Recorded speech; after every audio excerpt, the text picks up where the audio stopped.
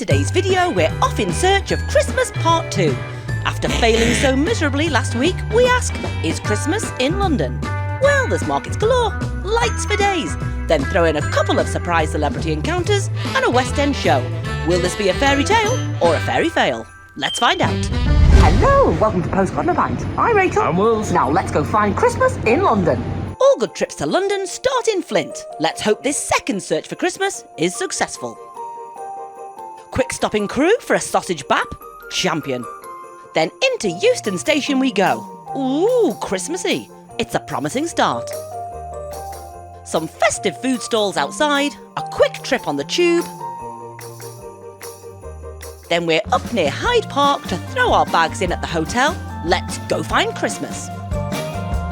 We still miss you, your Madge. These guys are rocking Christmas, genius signage. And there's Will's Christmas found in one shop.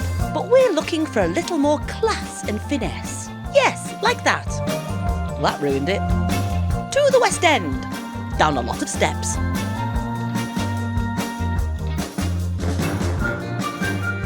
Made it! Now let's tube it over to Tottenham Court Road to find the festivities.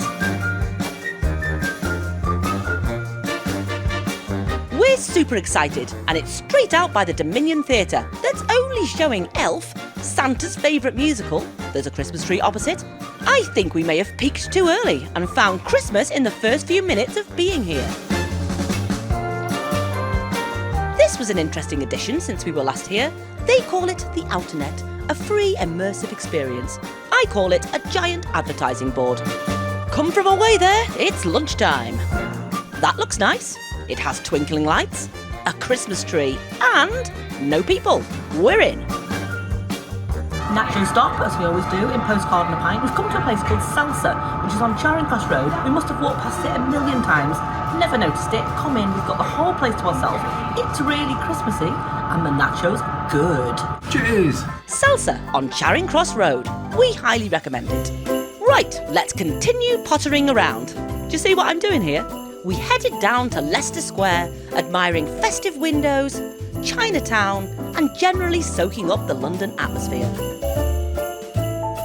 The light was fading, the Christmas jumpers were out in full force, and they seemed to be setting up for the new Avatar film premiere. We won't be wasting our time celeb spotting here. We've got our own celebs in the video. Stay tuned. The Leicester Square Christmas Market, our first London Christmas market. Sweets for days, marshmallows toasted on an open fire, German sausages, mini pancakes. Oh yes, I love Leicester Square too. It was certainly very festive. Crafts, food and drink, and more sausages than you could shake a stick at. We enjoyed these. Yourself, as an elf.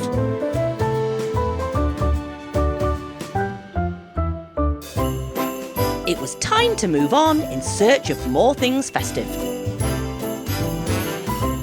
Even though we've walked past St Martin in the Fields Church many times, we've never been inside.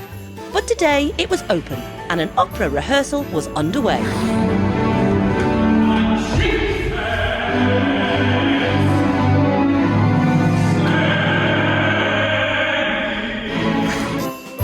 Very impressive, guys, and what a beautiful church.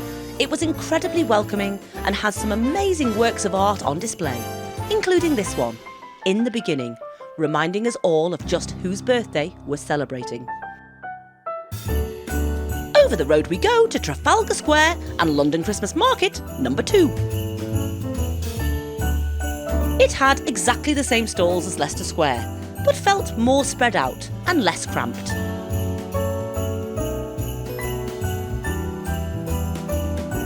Sheepy bobble hat, anyone? After all, it's cold outside.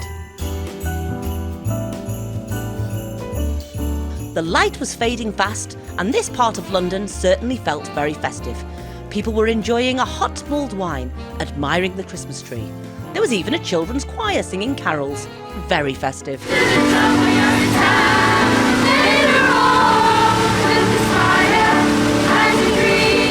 Well done, kids. Now this Christmas tree is very well known. I think it's time for a few facts and a bit of history, if you please, Rach. This is probably the most famous tree in the UK. It's given each year by the city of Oslo to show their gratitude for the support of the people of London during the invasion of Nazi Germany in World War II. The first one was given in 1947. As you'll have seen from last week's video, we are no Christmas tree decorating experts, but this screams lazy decoration to me. Now, last year's tree got a bit of flack. It wasn't the best tree in the world. It was a bit sparse, it looked a bit half dead, and everyone wondered, what did we do to piss the Norwegians off? This year's tree is also getting a bit of flack. I think it's alright. It's been likened to a corn on the cob, God love it, and it's even got its own Twitter account now to defend itself. But thanks, Norway, thanks for your lovely tree. Even though it does look like a mini corn on the cob. Cheers! One last sniff of sausage and churros, because we've somewhere else to be. We've got a show to catch. We're going to see my niece make her West End debut.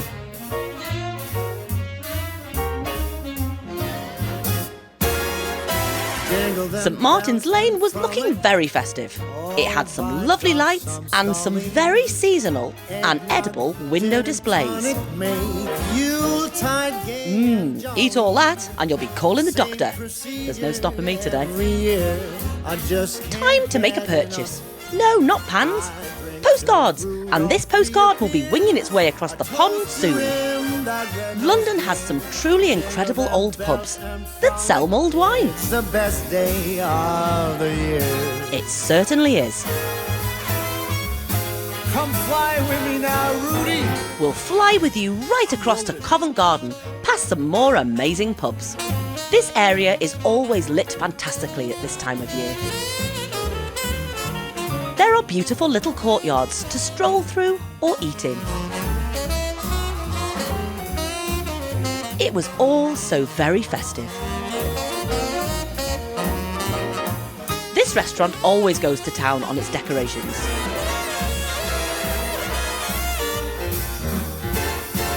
There are some beautiful shops in this street, but all too expensive for us. This is free though, the Covent Garden Christmas tree. Now that's how you decorate a tree, Trafalgar Square. None of your cornlets going on here, is there? Covent Garden has gone once again with its mistletoe and giant bauble display. Right, now it's time for a mulled wine. Cheers! How's that then? Feeling Christmassy, kids? This sleigh is a new addition this year, perfect for an Insta pic. Covent Garden is so pretty and festive at this time of year. It's the best time of the year. It's also incredibly expensive whenever you visit. It's free to look, of course, but for me, Trafalgar Square and its markets had the edge this year. Sweet corn tree and all. No, it's not pint time yet. Right, we've got an hour to kill. What shall we do? No, not wait for celebrities. I think you'll find they'll come to us. We decided to go and check out more of London's Christmas lights. Even if we were both flagging by now. Bad times. The city was really coming to life now, as everyone was released from work. Happy days. It was time to enjoy a festive evening.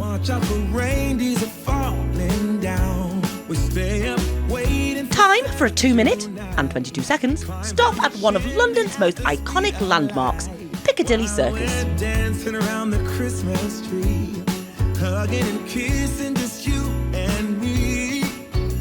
Then it was off down Piccadilly to admire more lights and shop windows. And you'll be spared Wills's singing. We're walking in the air. Oh, sorry, you won't. Another church, another open door, so in we go. This church was beautiful, and it was built by Sir Christopher Wren. You know, him that built St Paul's Cathedral. It had a beautiful tree outside. No sweet corns here either, and the best star we've seen. Now last year, we didn't manage to catch the Fortnum and Mason lights in the dark. They decorate the outside of the store as an advent calendar and turn on the numbers as the days happen. What? You want to see inside? No chance, it's heaving. Watch last year's video for that. We'll link it below. A quick cut through to Regent Street to see the angels soaring through the skies. pop in a London bus, and it doesn't get more London at Christmas than that. Time for a quick selfie, a fat snowman with wellies in the splits. Then it was time to head back to Theatreland.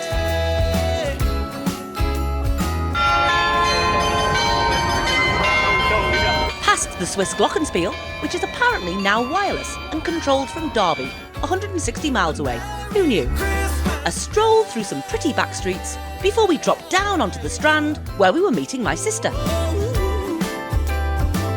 There's nothing like a power walk along the Strand in rush hour. My sister, Ruth, had managed to get a table in a pub near the theatre. No mean feat in the West End at rush hour. A quick sit down and a beverage in the Lyceum Tavern before we headed back along the Strand to the theatre. Pretty woman, you must be joking. I've been up since 6.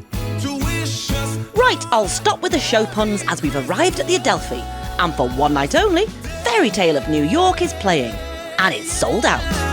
Ruth went off to her posh seat, and as we are forever disorganised and last minute, what did you manage to book, Rach? Up to the poor seats. Yep, the gods. But say what you like, the gods bars are always quiet. Now, are the drinks as cheap as the ticket? How much does that cost, Wills, for a wine, a beer and a pack of crisps? £19.50. Oh, gotta love a Lloyd Webber Theatre. So what you save on the ticket, you'll spend on a drink. And she won't be wasting a drop of that.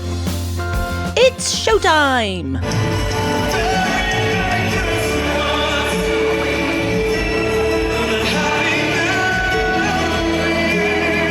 Now, not one to blow my own trumpet, but I taught 3 of the girls in this show to Irish dance. Ella, my niece, is in the orange. Megan is the one at the front in the bright red dress.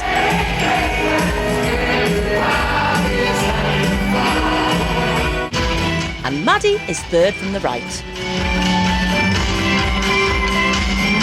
You go, girls.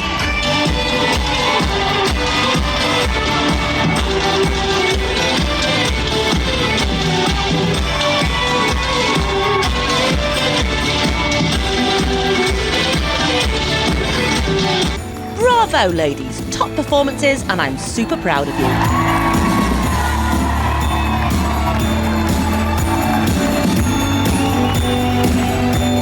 It's a really feel-good Christmassy show. They're playing until December the 23rd. Do check it out if you can get a ticket. Well, that was brilliant. Now let's go and meet the girlies front of house. And then this happened. Is that Ridian Roberts? Look who we bumped into. Look who I bumped into. Haven't seen this guy for ages. We worked together on Cinderella many moons ago.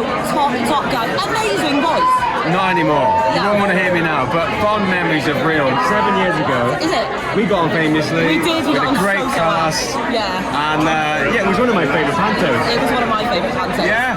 Yeah. So, cheers. Yeah, cheers, guys. Happy Christmas. It was so good to see him again, and he was so lovely and generous chatting with my girls. What a great end to a fantastic day. But home now, because we're tired. So how was the trip home? Well, we're back, and what an adventure of a journey that was home. British trains, they are not good at the moment. It wasn't even a strike day today, and it took us hours. Sat on the platform for 2 hours. Oh, we did. We sat on a train, we went nowhere fast. Anyway, all that aside, did you find it Christmassy in London? Did I find it Christmassy? It was very festive. It was. I mean, London does Christmas well. It does, the yeah. lights, just the general vibe of Yeah. it. Was it our Christmas?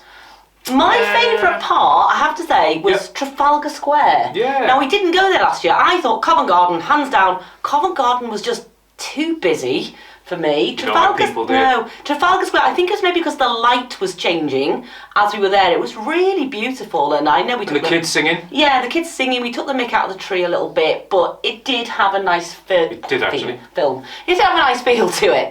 And the show was brilliant. It was so lovely to see good the fun. girls. It was brilliant meeting up with Ridian. Ridian, if you don't know who he is, if you're Americans who watch this channel, Check him out. X We're gonna- Factor and all Yeah, that. we're going to pop some links. He likes to be known for more than X Factor. He's a very, very, very good singer. He is, yeah. Download his albums, give him a check out. You won't regret it. Yep. Yeah, but do you know what? We did find Christmas. We did find Christmas. Do you know where we found it? We found it in Crewe. And we'll tell you the story. A mate of ours, we won't tell you his name, No. we won't give it away, but a mate of ours, an actor mate, who is currently playing Farmer Christmas in the Morrison's Christmas advert. We bumped into him. We haven't seen him for... Well, he went to get on the 10:10. We were on the 9:10. Yeah. We finally left as the 11:10. 3 trains worth of people. He'd Everyone. been filming at 5 o'clock. He'd been sat on a tractor yeah. outside Morrison's at 5 o'clock this morning. Filming. So we bumped into him and haven't seen him for ages. Having just flown back from Africa. Yeah, and we got to Crewe Station, met up with him, and he did it a little bit. We're going to show you now. We've only gone and found Farmer Christmas. Hello folks, Farmer Christmas here. This video is officially approved by me. Happy Christmas. So there you go. This video has got Farmer Christmas's seal of approval. Fantastic. Now, after the show last night, we met Ella for a drink. We went to the Nell Gwyn, which is next to the theatre. One of our favourite pubs in London. Yeah, we'll show you a little bit of it now. And Ella was super excited, and Ruth was, to be honest. We recorded our cheers to the good times. I wasn't in it. No, we had to film it. I did. So, I think, should we score it? Oh, Score London. Score London. Okay. It's definitely better than last week. It is. I'm going to go... London does put an effort in, but I'm going to go 8. See, I'm going to go 7. I would have gone 8. I'm going to go 7 because of the crowds and the prices. I tell you what, it's expensive. Dear me, if you ever want to go to an Andrew Lloyd Webber theatre, do auction off a kidney first because... It's not just the theatre, it was £10.20 for a glass of wine, even in the pub. It is ridiculously expensive. Yep. But on that note, let's cut back to a ridiculously expensive glass of wine and say to you all... As we say in Postcard and a Pint, cheers to the good times!